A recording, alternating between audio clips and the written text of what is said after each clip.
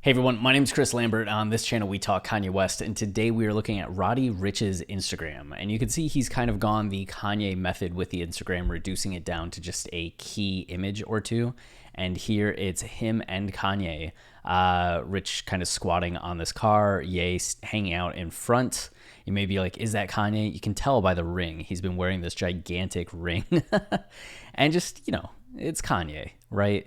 And then there's a second photo where he's just kind of back here, maybe looking at his mask in the reflection of the car while Rich still poses. And you got the RR chain hanging off the front of the car. It's a really cool photo. It seems to be that they're outside. You can see the cement, some I think that's weeds growing there, and then this big wall. So maybe they're in the parking garage somewhere. I think Kanye might be in Chicago now preparing for the listening party. We know that for the previous listening parties in Atlanta, when he first got there, I think he got there Tuesday or Wednesday. So it being Tuesday, I imagine he's probably getting out to Chicago to supervise how things are. If you want a close up on the mask, you can see it's different than what Kanye had been wearing.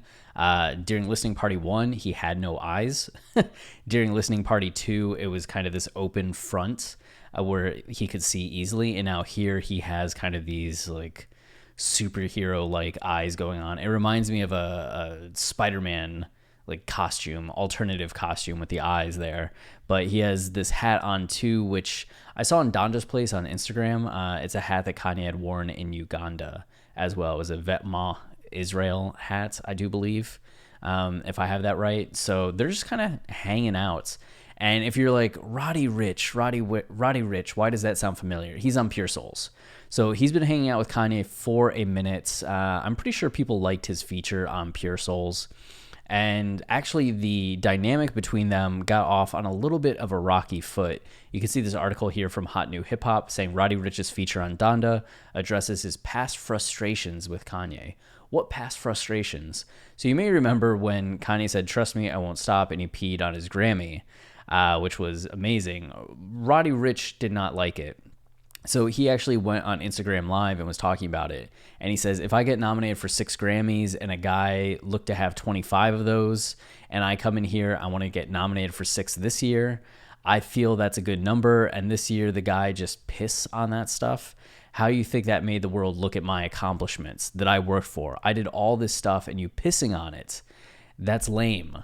So he's just kind of upset that Kanye has had his Grammys, he's gotten the acclaim from the Grammys, but now that Roddy is coming up, his generation wants to have the same kind of clout from winning something like that. As much as we all have issues with the Grammy, it's still meaningful to win one to a lot of these artists. So it's you're pissing on it. What do you think that does for me? What do you think that does for my career? And it went viral. And a few months later, he went on Big Boy's Neighborhood to have an interview. And this was the, Roddy Rich speaks his mind on the hate he's experienced in the Grammys. So when he went on Big Boy, he started talking about the Grammys. And he goes, specifically Kanye and what he said. And he goes, I feel like what I was saying, I needed to gather my thoughts more and say it how I wanted to say it. What I was saying was I grew up looking up to Kanye or Jay-Z as if I do this, I want to have 20 Grammys because that's what they did. When I seen Kanye pissing on a Grammy, it kind of rubbed me the wrong way because I was like, damn, now that I'm getting nominated, I feel like everybody's crapping on the accolades. In that moment, that's more so what I was thinking. No disrespect to Kanye because he's a legend. He's the guy. I pulled up on him. We chopped it up, so it ain't no disrespect to him. So it seems like in the aftermath of criticizing Kanye, maybe the words got to Kanye and Kanye reached out, or Roddy was able to reach out through people, but the two connected and they ended up actually hanging out and spending time together. And you can see that Roddy says, where is it? Oh no, I thought this had it. So apparently he talks about that he got to talk with Kanye, and that Kanye was just kind of dropping information on him. Yeah. I thought this article had what I was looking for. Is it this one? Yeah, okay. Sorry. Thank you for bearing with me. So this article, which is why I had it queued up, Roddy Rich reveals his favorite album of all time. So this was in March of 2021. And when Complex asked him about his favorite album, he said, I got to give it to Kanye, My Beautiful Dark Twisted Fantasy, mainly because of everything he put into that album, just having all the different types of elements to it and making it one body of work. He tapped into timeless music. So yeah, okay. Roddy was inspired after recently linking up with the Yeezy founder in Calabasas. He showed me there's more to life than just music. He taught me about really building empires. You've got clothes, or you've got a drink, or you've got this or that, and it's all attached to you. You know, he was building things that got nothing to do with music, with different rooms having different ideas, even building up a community or a civilization that can start and become something else. That's a crazy thing to do, just growing your own produce and all these different things. It opened my mind.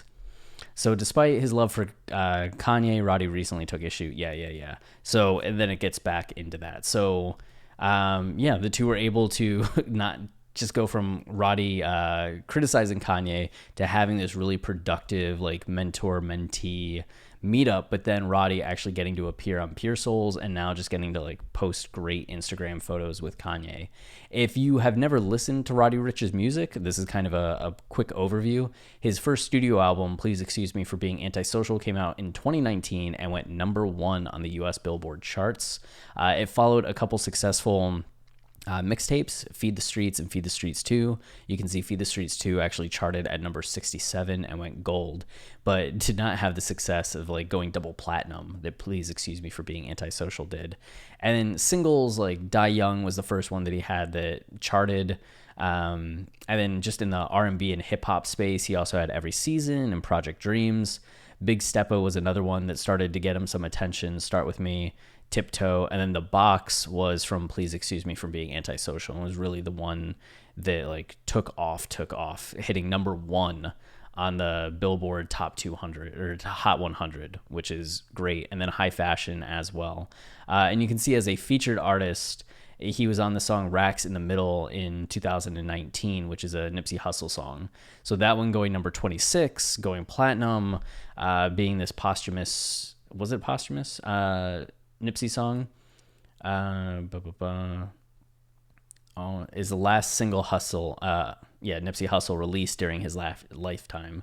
Crazy. Okay. So being featured on that was like huge for him. And then he, had some other features like Ballin' with Mustard, Letter to Nipsey, Walk 'Em Down, Numbers. So you just see he's just kept going on and on. He was on DaBaby's Rockstar, which was huge. The Woo with Pop Smoke.